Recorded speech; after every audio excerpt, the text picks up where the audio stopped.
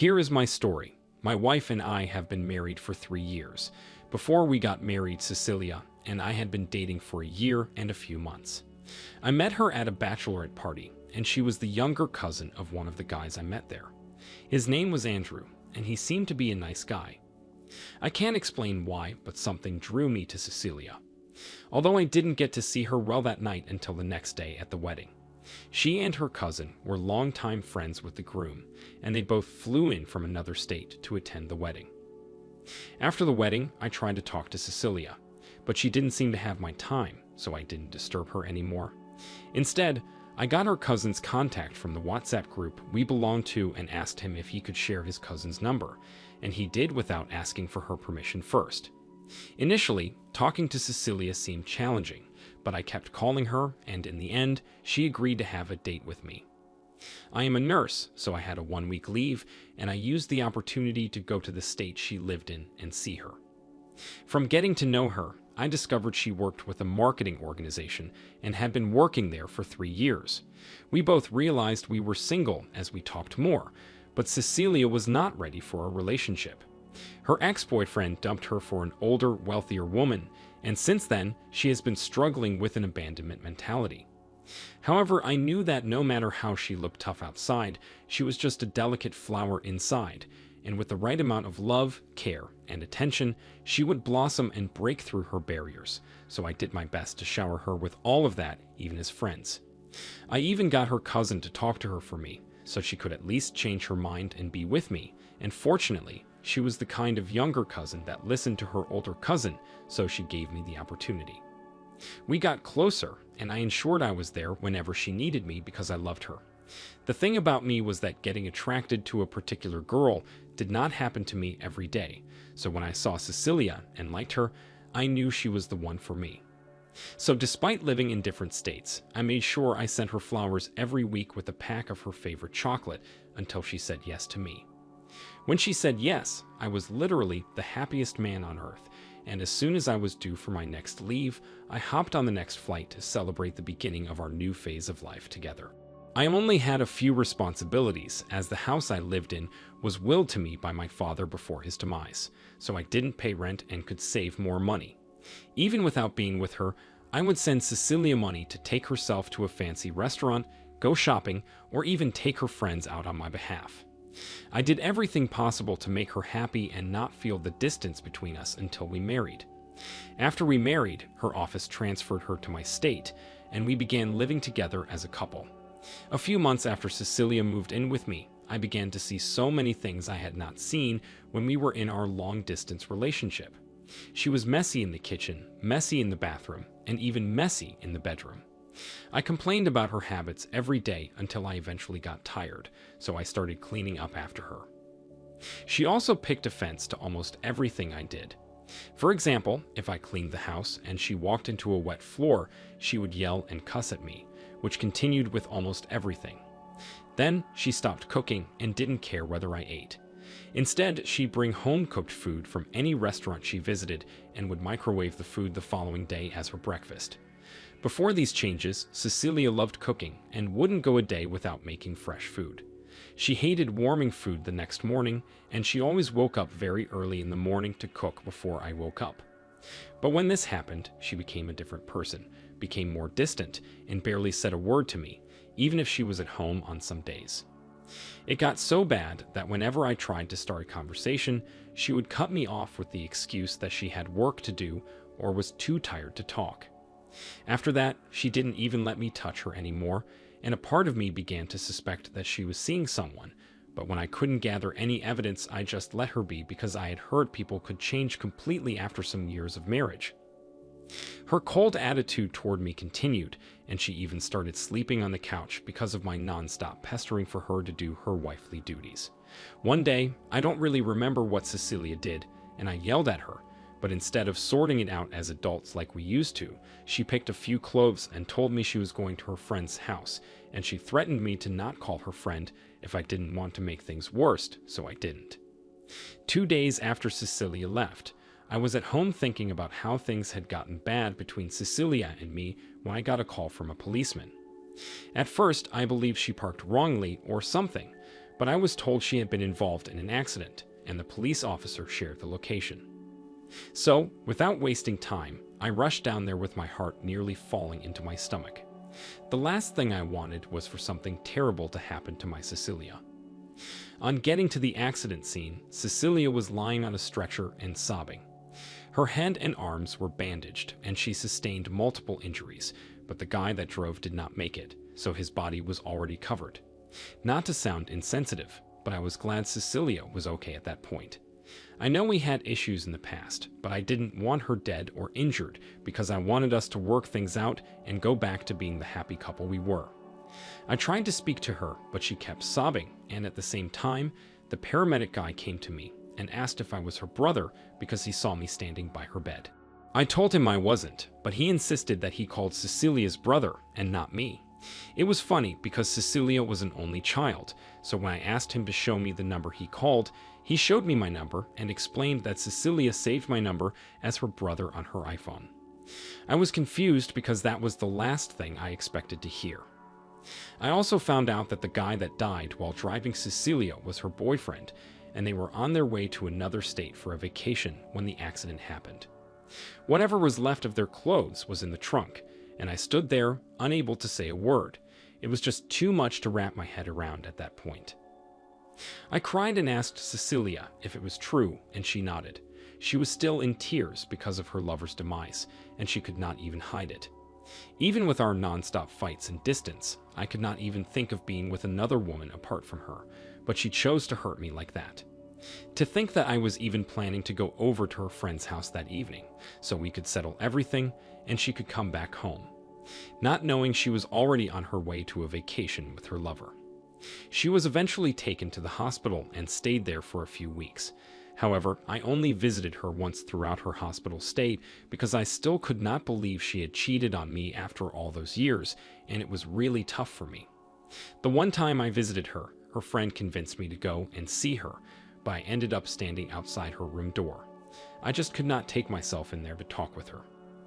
Finally, when she fully recovered, her friend updated me again, and I went to see her on the day she was discharged. What she didn't know was that when she was in the hospital, I contacted a lawyer and began to process our divorce papers, and on the day of her discharge, I gave them to her to sign. At least I had the decency to wait until she recovered. When she saw me, she began to cry, went down on her knees, and asked me to forgive her so we could return to being one happy family. But I told her it wasn't impossible and handed her the divorce papers. When her friend saw the divorce papers, she began to beg me too, but I told her to stay quiet and mind her business.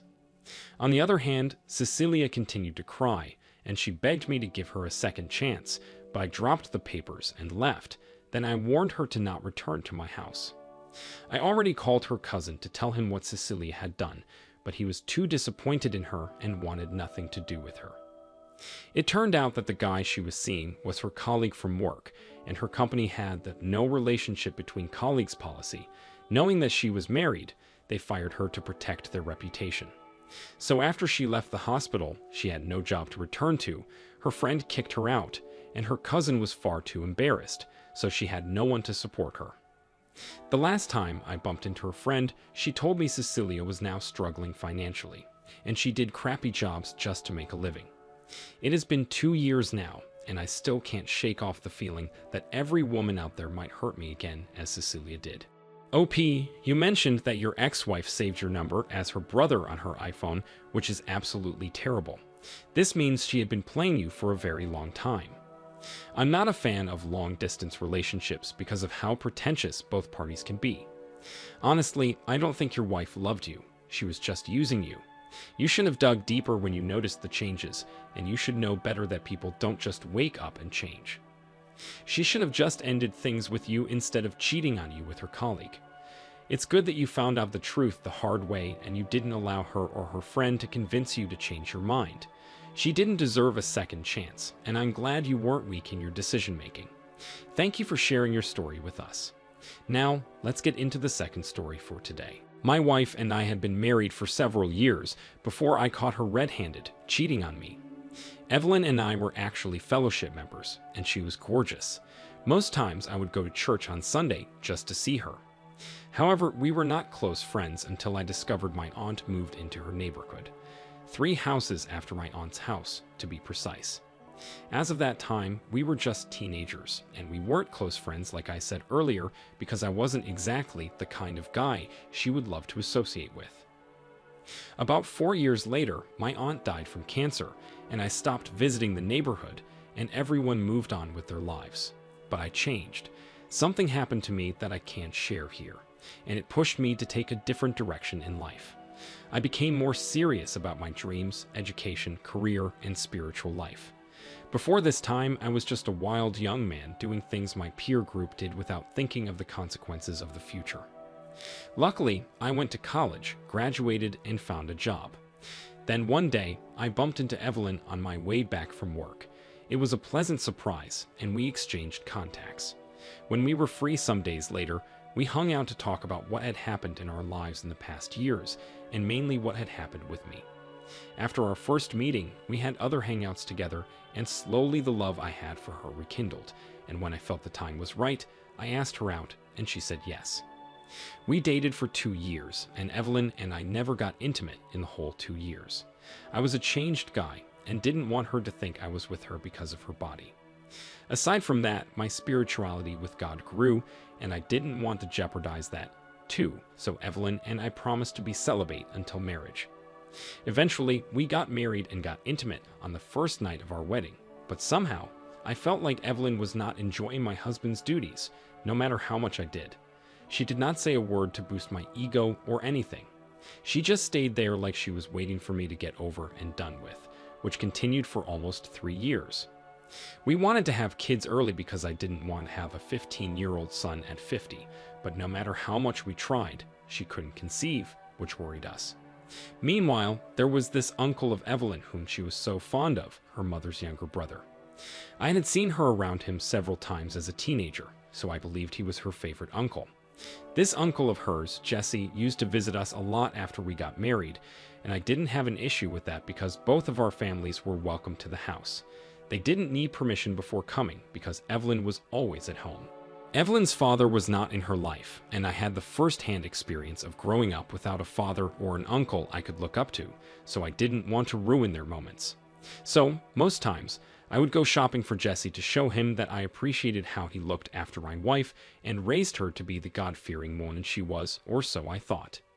Also on some nights, Jesse was allowed to sleep over at our place if he stayed so late, and I never said no, because I began to see him as my father. All along, I never noticed anything unusual between the both of them. I knew they were close, and almost every weekend, Evelyn would invite her uncle, Jesse, to come over. The only thing I complained about was how she told him about everything that was happening in our lives. There was even a time when Evelyn and I had a terrible fight, and she called Jesse to come and pick her up and ended up spending the night there. After that was settled, we had no issue that would require her to leave the house anymore. Also, if I felt like Jesse was visiting too much and I barely had time to spend with Evelyn, I would suggest taking her somewhere, but she would end up inviting Jesse alone, so I stopped doing that. Throughout these 2 years, nothing suspicious happened until one fateful Friday.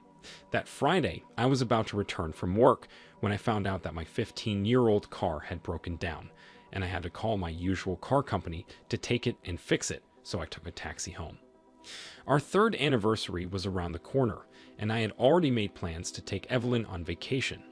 It was meant to be our first, but I decided I could get her flowers in advance. So to do that, I asked the taxi driver to drop me at a flower shop a street away from where we lived, and I got the flowers and walked back home. As I climbed my front porch, I heard strange sounds coming from my living room, and I was shocked. At first, I believed Evelyn was watching adult movies, but it didn't sit well with me because it was unlike her, and the sounds I heard sounded more natural. Finally, when I could not control my thoughts anymore, I pushed the door with force, and when it opened, my eyes saw the unbelievable. I didn't even know when the flowers fell out of my hands. When they saw me, they jumped up immediately and scrambled for their clothes. I screamed so loud, and tears dropped uncontrollably from my eyes. That was the worst kind of heartbreak and betrayal I had ever gotten. I would never believe that Jesse and Evelyn could be a thing, and at that point, their closeness began to make sense to me. I understood why he was always around her and at my house, and why she couldn't go a single day without calling him. It wasn't because he was like a father figure to her, but because they were cheating on me. Evelyn began to cry and started to beg me, but I was so disgusted, and I didn't even want to look her in the eye. Evelyn eventually left with her uncle, and they were so embarrassed at how the neighbors gathered to look at them. After she left, she tried to call me multiple times, but I blocked her, and she didn't return to the house because of the embarrassment. Later, I discovered that she had been having an affair with Jesse since she was young, even while we promised to save ourselves for each other. Also, the whole time Jesse visited my home like it was his, they were cheating on me, and I even bought him gifts to appreciate him, and I treated him with so much love. Around the same time I resigned from my job, I contacted a lawyer who helped process the divorce papers. In the end, we divorced and went our separate ways. The wound I got from that heartbreak has not healed since then. Today would have been our 4th anniversary, and I think it's better to share this here to lessen the burden I've carried for so long. I hate her so much for doing this to me. It would have been way better if she didn't come into my life to hurt me like this, and I hope she gets her karma. As for her family, I don't know what happened when her family found out, and I don't care, but I hope everyone sees her as a monster. OP, your ex-wife was secretly having an affair with her uncle for almost 3 years under your roof, and you didn't suspect a thing. You must have really trusted her. She should not have led you on if she knew she wasn't ready to stop her dirty acts. I guess this is why they say, don't judge a book by its cover, because you used her external appearance as a metric to measure her as wife material. I'm glad you kicked her out of your house, and you made the right decision by ending things with her. Thank you for sharing with us. I hope you were able to heal from this. Thank you all for taking the time to listen to today's stories. If you enjoyed listening, please feel free to like and subscribe if you haven't already. Also, comment below with your thoughts on what happened. If there is a story you would like to share with me about your own situation or someone else's, then please do not hesitate to contact me. Take care.